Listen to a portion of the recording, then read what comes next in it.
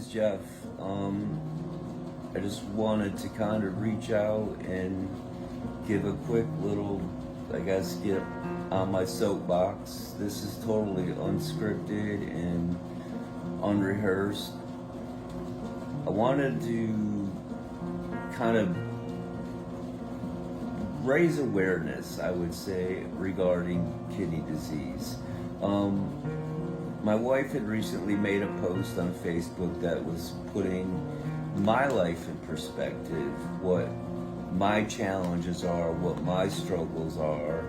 And, you know, I had a family member that kind of reached out and replied and said that that post was kind of cruel because that we weren't taking into consideration what other people go through.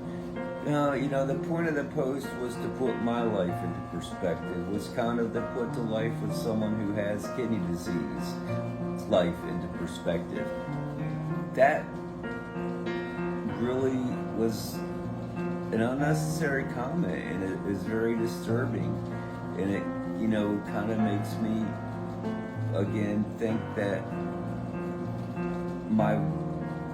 I've had strangers, I've had more non-family members, friends, come forward and ask to be tested versus blood relatives. I've had, I think, 3 to 4, maybe at the max, blood relatives who have come forward and offered to be tested, and a couple actually went through the process.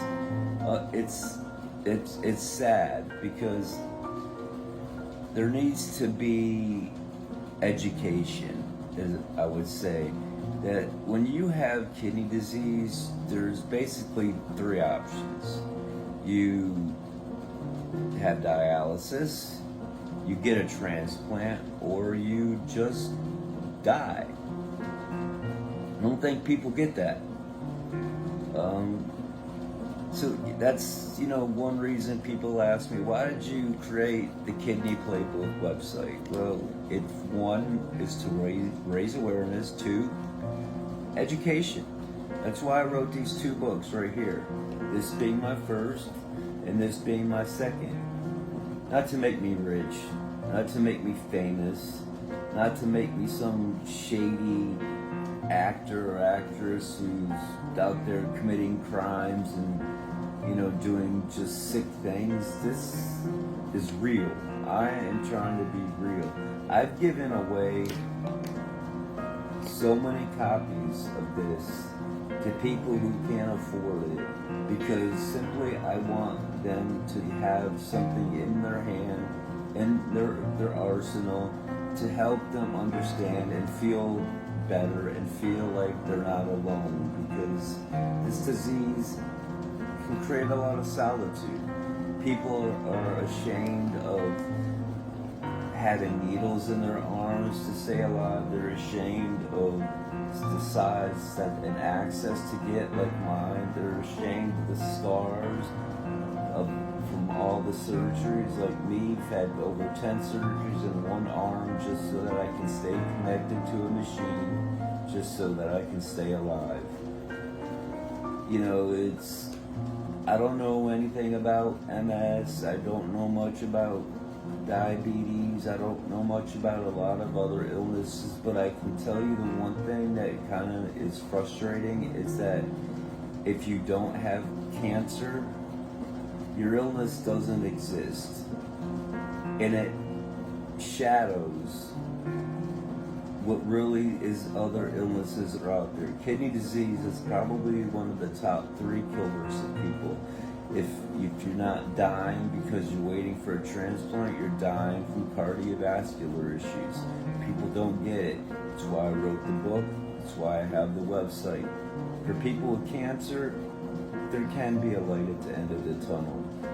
You can go into remission. You're not going to have chemotherapy for the rest of your life. You're not going to have chemotherapy every day. This is an everyday, or at the most an every other day, non-stop thing. You're totally burdened by this illness. You're tethered to a machine. You You can't travel without jumping through hoops to find other clinics, just so you can, again, go get connected, have all of your blood sucked out of you, filtered through a paper filter, put back into you. People think for some reason that, oh, you have dialysis, you must feel great. You don't feel great. You never, ever feel great.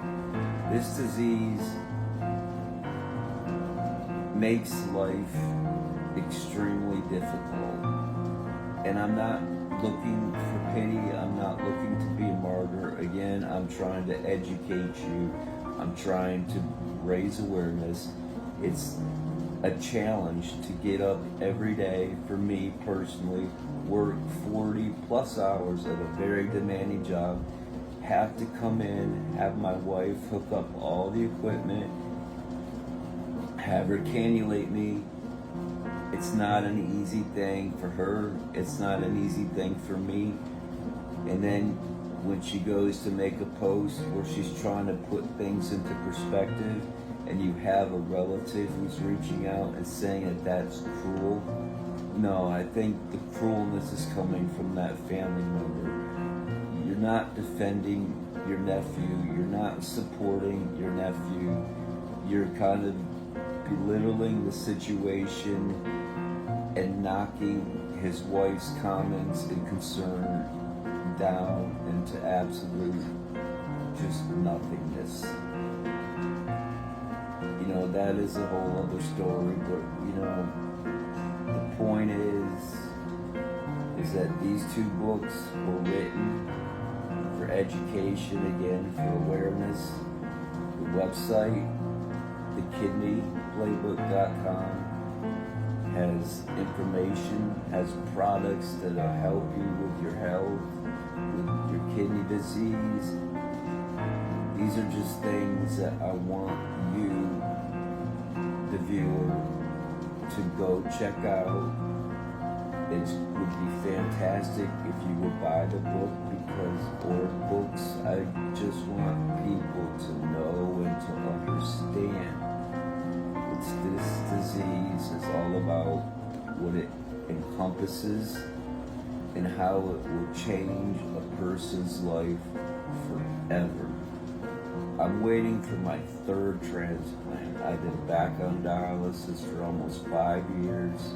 I've been doing dialysis since I've been 26 years old. I didn't have my 20s. I didn't have my 30s. I didn't have my 40s. I'm not going to have my 50s. I'm not going to have my 60s.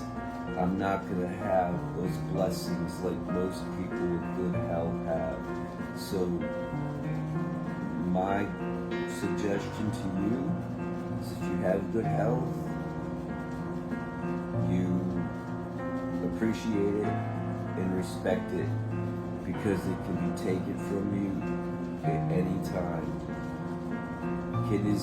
Kidney disease for me was caused by Alport syndrome, which is another very rare disease that people don't know about.